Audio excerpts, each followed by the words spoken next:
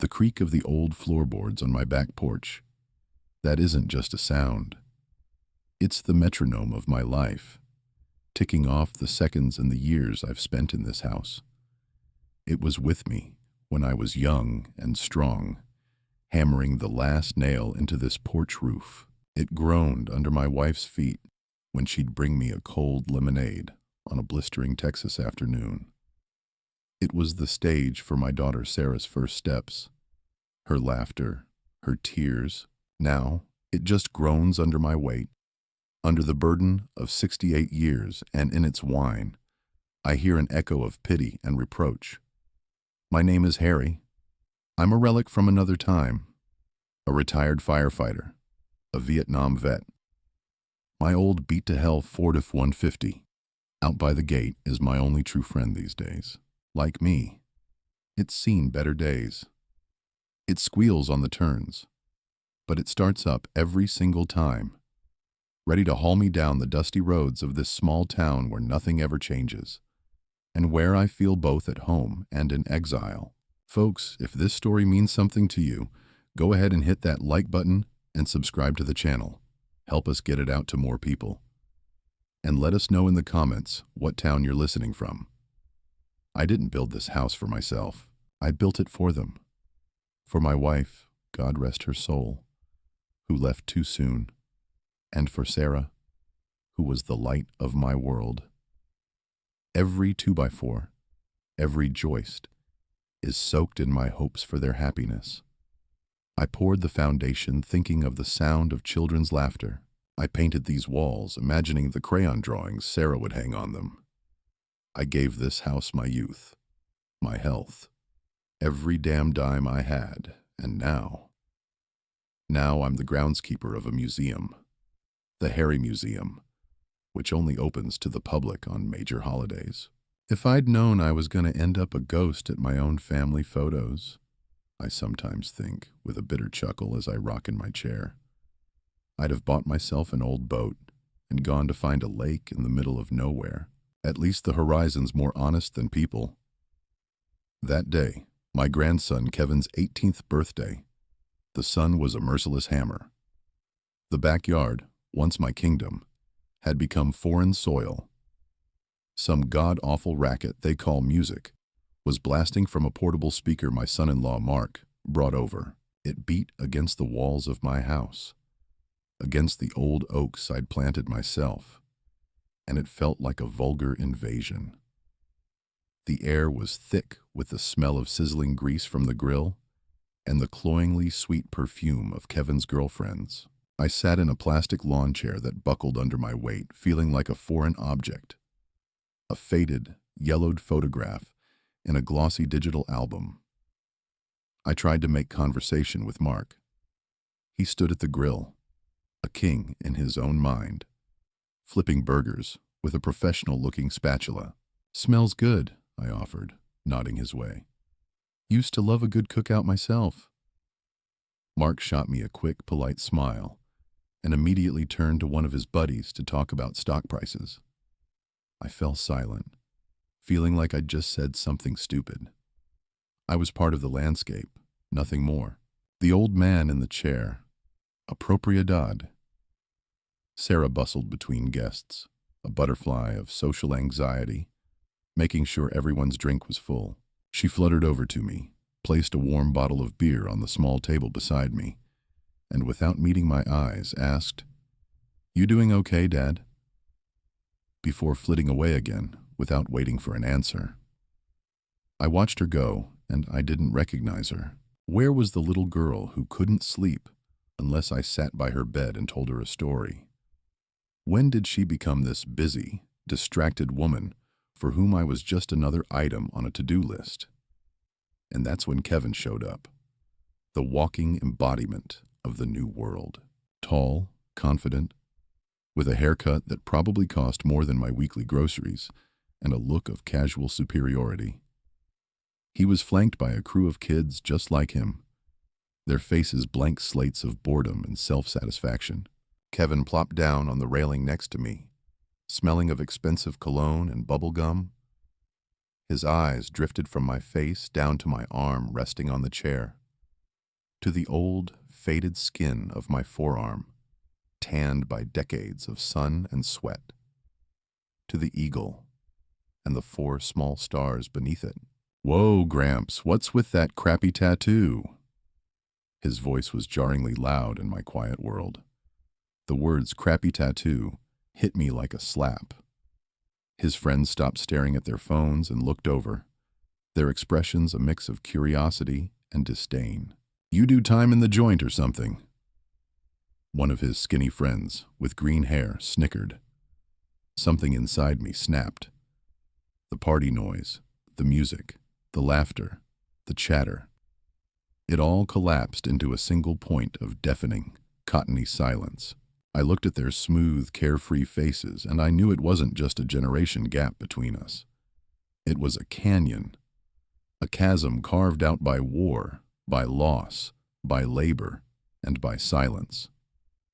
To them, a tattoo was a fashion choice, a picture you could get lasered off when you got bored of it. They couldn't understand that for me. This wasn't ink under the skin. It was a tombstone. Sarah, my daughter, heard it. She froze, a tray of drinks in her hands.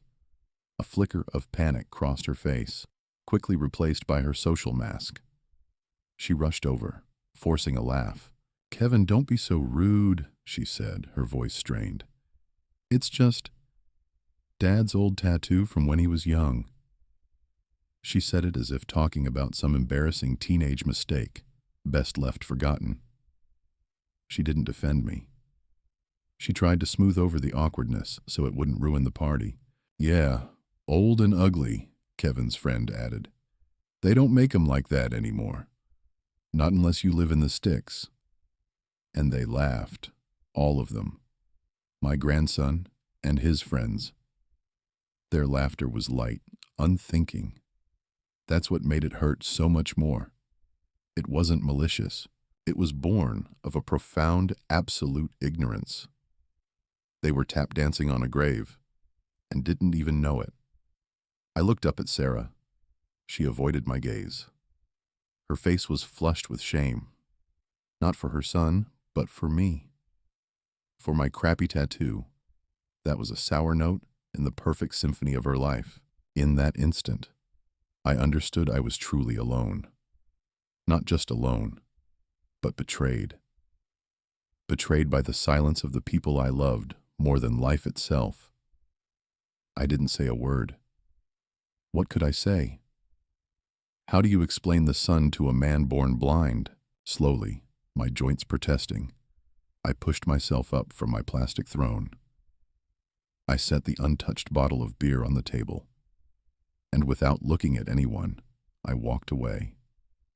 Through the happy, laughing crowd, past the grill, toward the salvation of the side gate. "Dad, where are you going? Are you upset?" Sarah's confused voice trailed after me. Upset. Such a small, simple word. "No, honey, I'm not upset. I'm dead." The part of me that still believed in family, in respect, in memory, it just died in your backyard to the sound of your son's laughter. The door of my old pickup groaned open like the arms of an old friend. The sun-baked vinyl of the seat burned my legs, but the physical pain was a welcome distraction. I turned the key. The engine roared to life. Its steady, powerful hum, the most beautiful music in the world. It drowned out the sounds of their party. As I pulled away, I looked in the rearview mirror, not at them, but at my house. The house that had become a stranger to me. The road home was a road into the past.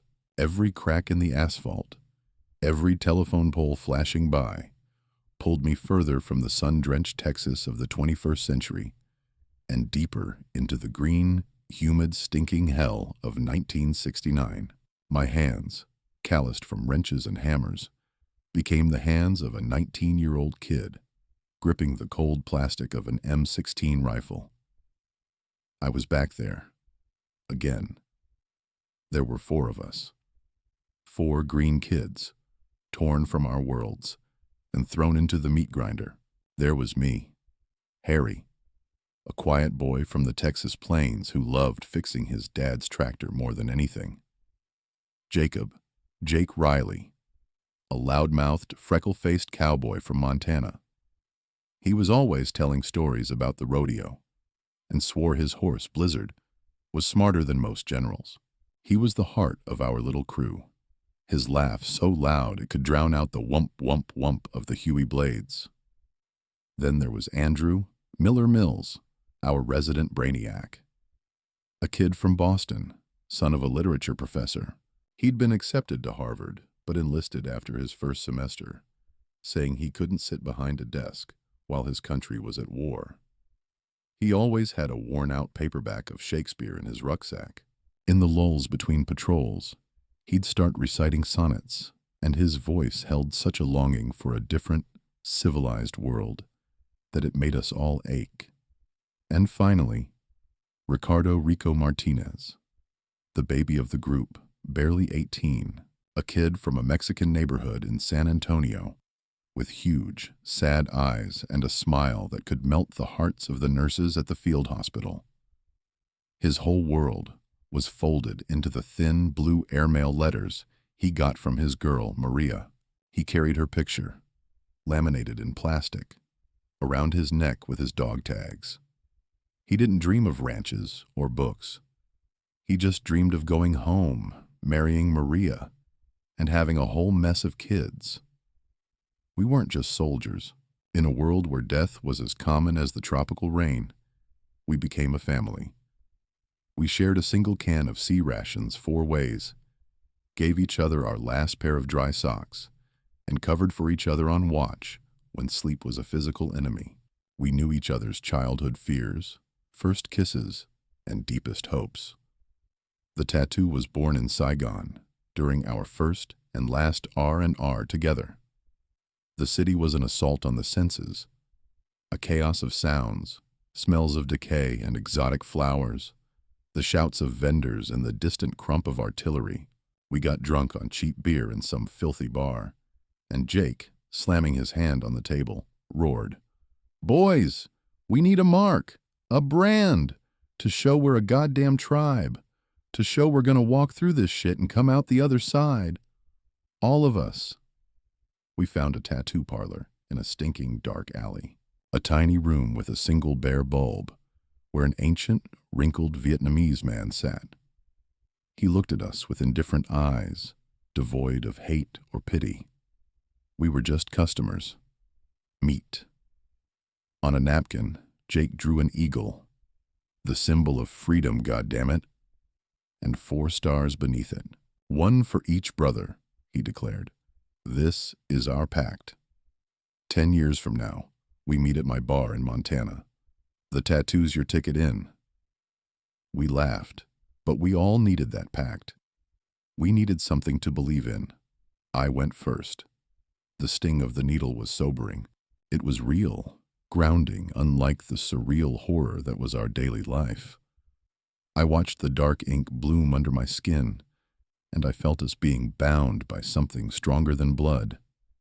Then came Jake, Miller, and Rico. 4 identical eagles on 4 young arms. Our talisman, our shared fate. And then fate showed us its teeth. The Ashau Valley. A place so cursed the Huey pilots called it the road to hell. The endless rain turned the earth into a sucking, greedy mud. The leeches were everywhere. Dengue fever took down guys faster than bullets. And the Viet Cong, they were ghosts in the green. Jake went down first, just like a reckless cowboy would. He was walking point, whistling some damn tune, acting like he was strolling through the Montana prairie. He saw the machine gun nest, hidden in the brush a split second before the rest of us.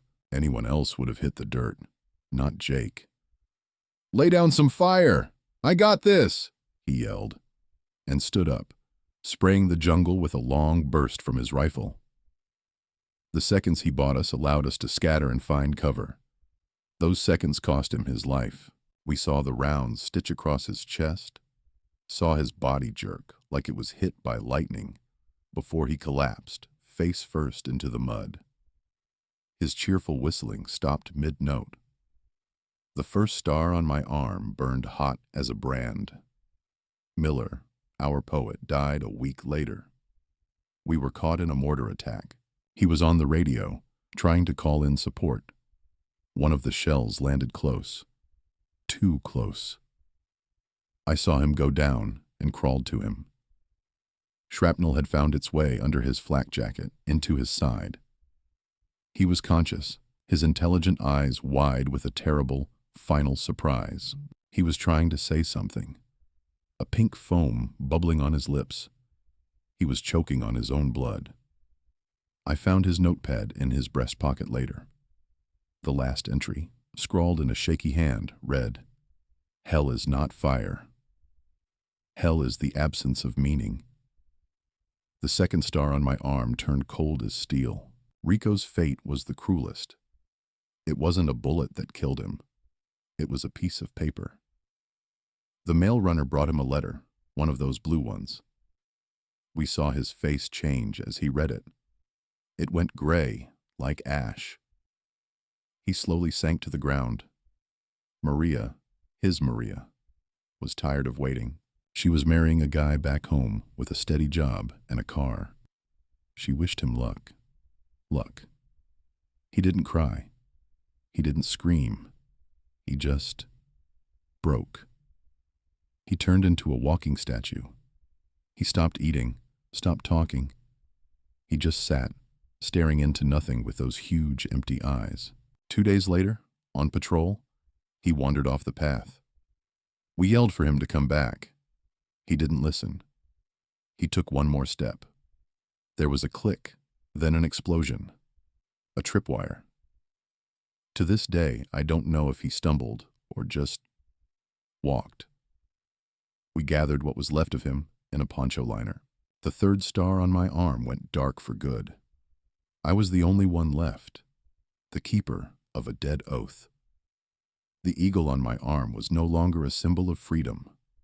It was a vulture, perched on the graves of my brothers. 4 stars. 3 of them were their headstones. One was my solitude. The tattoo had become a memorial I was sentenced to carry for the rest of my days. Coming home was like waking from one nightmare into another. No parades, no brass bands. Just dirty looks and whispers behind my back. Baby killer. Psycho. The war nobody wanted to fight was the war nobody wanted to remember.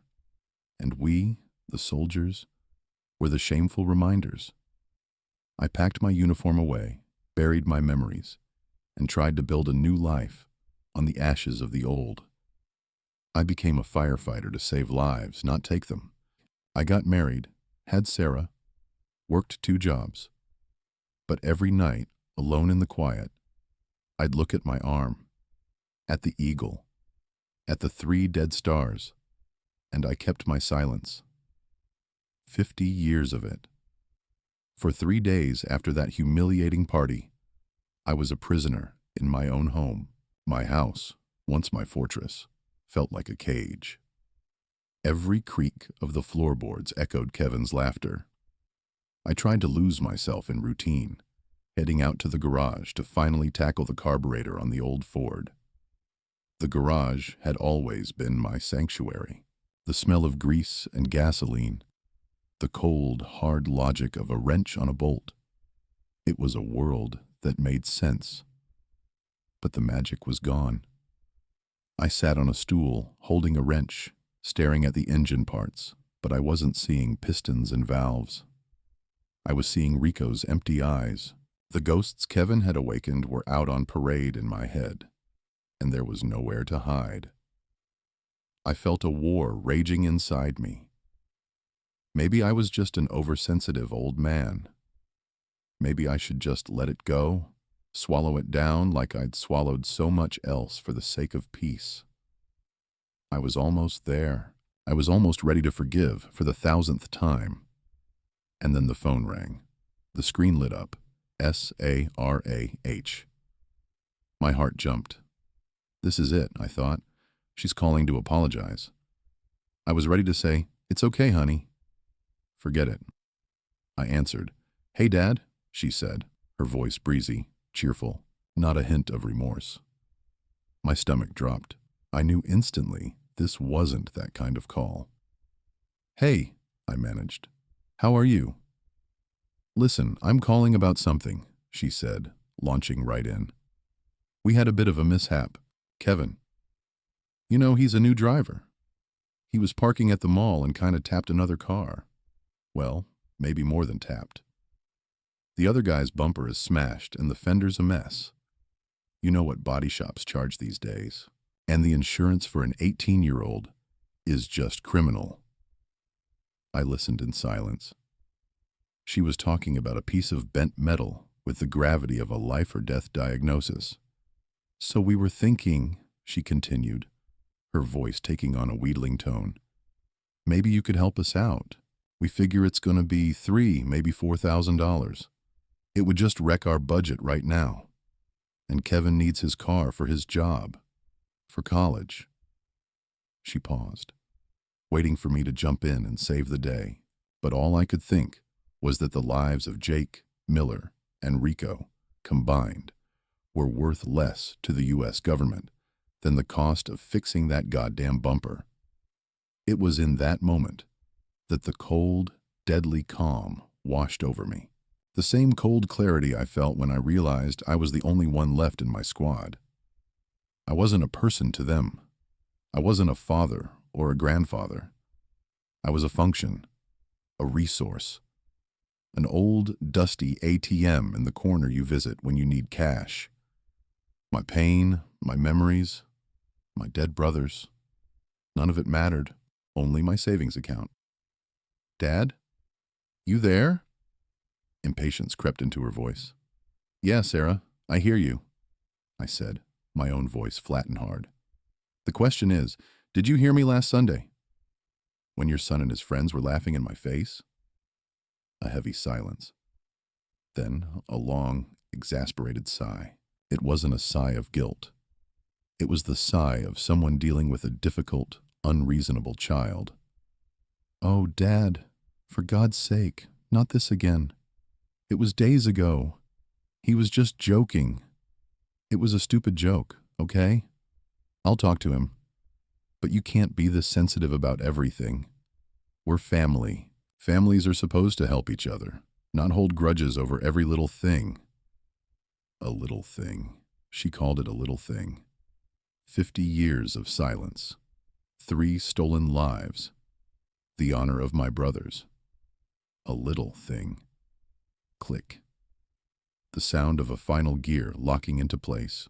The armor of patience I had worn for decades shattered into a million pieces. "You know what, Sarah?" I said, my voice as calm and steady as a surgeon's hand. "You're right. Families help each other. So let's review how I've helped you. I helped you pay for a college education so you wouldn't start life in debt. I helped you and Mark with a down payment on your house, using the money I'd saved for my own retirement. I helped by babysitting Kevin every weekend so you two could recharge. I've helped hundreds of times, coming at a moment's notice to fix your sink, your fence, your life. I never asked for a thing in return. Not a thank you, not a hand back. Just one thing, Sarah. Respect. But I see now that's too expensive a commodity for your family. That's not fair. You're manipulating me," she shrieked. "No," I cut her off. "I'm just balancing the books, and the final tally is this. The bank is closed. My ATM has run out of cash. Permanently. But what about us? What about Kevin? You're destroying our family." "You've got it wrong, Sarah. This family was already destroyed. By your indifference, your emptiness, your disrespect. And as for Kevin, he's a big boy now. Let him get a job. Let him earn the money to fix that bumper himself. It will be the most valuable lesson he ever learns. A lesson you apparently failed to teach him." I pressed the red icon on the screen. The silence that followed was deafening. My hand was shaking. Not from weakness, but from a surge of newly liberated strength. I was no longer their hostage. The silence was over. I spent that night at my old oak desk, the same one my wife used to use. I pulled out a stack of clean paper and an old fountain pen my father had given me for my 16th birthday. It felt right. This story couldn't be typed on a cold, impersonal keyboard. It needed ink and paper, and the pressure of a human hand. At first, I wrote just for myself, an exorcism of demons. The words came in a flood. I wrote about the green hills of Texas I'd left behind. I wrote about the fear, cold and sharp, of the first firefight. And then I wrote about them, about Jake, his loud laugh and his dumb songs. About Miller, quoting Shakespeare in the mud. About Rico, his faith in a girl who would break his heart. I wrote about how they died, not in a blaze of glory, but in the dirt and the rain, and the lonely despair of that cursed place. Tears I hadn't shed in 50 years were dripping onto the page, smearing the ink. They weren't tears for myself. They were for them, for the boys who never got to be old men. By dawn, a thick stack of handwritten pages sat before me. It was 50 years of silence, bleeding onto the paper. I reread it, and I knew I couldn't just lock it away in a drawer. That would be another betrayal. But who could I give it to? Sarah would only see it as an attack. Her generation didn't know how to listen. They only knew how to be offended. Then I thought of Bill Peterson, the editor of our little local paper, the Oak Creek Chronicle. We weren't friends, not really, but we were from the same tribe. He was a Gulf War vet. Sometimes we'd nod to each other over coffee at the diner. There was no pity in his eyes. There was knowledge. I knew he would understand. I didn't sign my name. I sealed the pages in a large manila envelope, wrote for Bill Peterson, personal, from a brother-in-arms on the front, and drove to the post office. Dropping it in the blue box felt like setting down a 100-pound rucksack I'd been carrying for half a century. It was done. It was out of my hands. A week of silence followed. I felt strangely calm, strangely free. I went back to the garage and threw myself into my real project, the 1970 Chevy Chevelle that had been sitting under a tarp for 2 decades. As I scrubbed the grease and rust off old parts, I felt like I was cleaning the grime off my own soul. The next Thursday, I picked up the paper with my groceries. As I walked out of the store, my eyes fell on the front page, and I froze. There, taking up the entire front page, under a giant bold headline, was my story. The 4 stars that never faded. Bill had barely touched it. He'd kept my words, my voice, my pain, my howl. At the very end, there was a small editor's note. This story was sent to us anonymously by a Vietnam veteran, Bill had written. We don't know his name, but we know his heart. We are publishing it because we believe it is a document of our time, a testament to courage, brotherhood, and a debt of honor that our nation has yet to fully repay. This story isn't about a war long ago. It's about us today. It's about our memory. So read it. And maybe the next time you see an old man with a faded tattoo, you won't laugh. Maybe you'll just want to shake his hand. I stood on the sidewalk, the newspaper shaking in my hands. I couldn't breathe. He hadn't just understood. He had heard. He had given a voice not just to me, but to them, to Jake, to Miller, to Rico. My phone, silent for a week, began to blow up. My neighbor, a farmer I barely knew. Harry, I just read it. God damn, man. I'm proud to live on the same street as you. The local VFW post I'd never visited. We're meeting Saturday. We'll save you a seat. Strangers. Women crying on the phone. My father was there. He never talked. Thank you. That evening, Bill Peterson's car pulled up to my house. He walked up to my porch, stuck out his hand, and gave me a firm, solid handshake.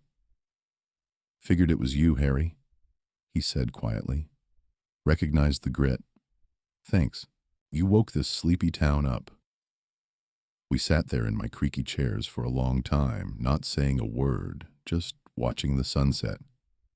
And in that silence, there was more understanding than in all the words I'd heard for 50 years. The blowback came, of course. Sarah's call wasn't a call. It was an artillery barrage. She screamed. She cried. She accused. "How could you?" she shrieked. "You've humiliated us. You've made our entire family a laughingstock. Do you have any idea what people are saying? What they think of Kevin now? You've turned him into some kind of monster in front of the whole town. Did you think about us for 1 second?" I let her rage burn itself out. When she finally paused for breath, I answered, my voice as calm and cool as a river stone. "Yes, Sarah." I did. For the first time in years, I thought about my real family. Jake Riley, Andrew Mills, and Ricardo Martinez. 3 boys whose names you've never even heard. 3 boys whose memory your son stomped into the dirt while you and your husband stood by and said nothing. So no, honey, I didn't think about your social comfort or your reputation. I thought about their honor. It seems we have very different definitions of family and of shame. I hung up. A deep, profound silence followed from their end of the world. It didn't bother me. The emptiness I used to feel was now filled with something else. It was filled with the firm handshakes of men like me at the VFW hall. It was filled with the quiet, grateful nods from strangers on the street. It was filled with the throaty roar of my Chevelle's engine, which I had finally brought back to life. That car became my salvation. Rebuilding it was rebuilding myself. I was putting the pieces of my own life back together, bolt by bolt. That old, powerful, honest piece of American steel felt more like family than the people who shared my last name. At the VFW, I found my tribe. We were men who had walked through hell and found our way back, but had never really come home. There, in that smoky room, I was finally home. A few months passed. The Texas autumn settled in, turning the oak leaves to rust. One Saturday afternoon, I was on the porch, polishing a piece of chrome from the Chevelle, when Sarah's car pulled up. She and Kevin got out. They stood at my gate for a long time, hesitant, as if there were an invisible wall. Kevin wasn't a boy anymore. The arrogant slouch was gone. He stared at the ground, the picture of shame. Sarah looked tired, worn down. I didn't move. I didn't invite them in, I just waited. I was the master of this land. Finally, they opened the gate and walked slowly up the path. They stopped at the bottom of my porch steps, like supplicants. "Dad," Sarah began, but her voice broke. Then Kevin stepped forward. He looked me in the eye, and I saw in his gaze not fear, not just shame, but the dawning, painful light of understanding. "Grandpa," he said, his new, deeper voice cracking. I read what you wrote. I read it a bunch of times. I made my friends read it. The ones who laughed. We were so stupid. We were just ignorant, arrogant jerks. I'm not asking you to forgive me. I know I don't deserve it. I want you to know that I am so sorry for the pain I caused you, and thank you. Thank you for telling us." He swallowed hard and fell silent. I looked at him for a long time. Then I looked at my daughter, who was crying silently. "Respect," I said finally, and my voice was granite. It's not something you get as a gift. It's not something you inherit. It's something you earn every damn day with your actions, with your words, and with your silence when it's called for. That's a lesson you both had to learn the hard way. I rose slowly from my rocking chair, my throne. The door to my house is unlocked, I said, looking from one to the other. But whether you walk through it again is up to you. It's on you to build a bridge across the canyon you dug. I didn't wait for an answer. I turned, walked into my house, and closed the door behind me. I didn't lock it. I just separated my world from theirs. From the window, I watched them stand there for a long time.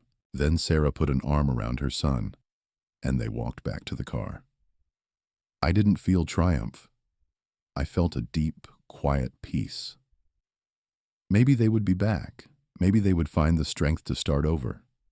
Maybe not. But the terms would be mine. I walked to my desk and picked up the faded photograph. 4 young men in uniform, their arms around each other. Jake, Miller, Rico, and me. I looked into their young, hopeful eyes, and for the first time in 50 years, I didn't feel guilt. I smiled. "Sleep easy, brothers," I whispered. I didn't let you down. My own war was finally over. I had won.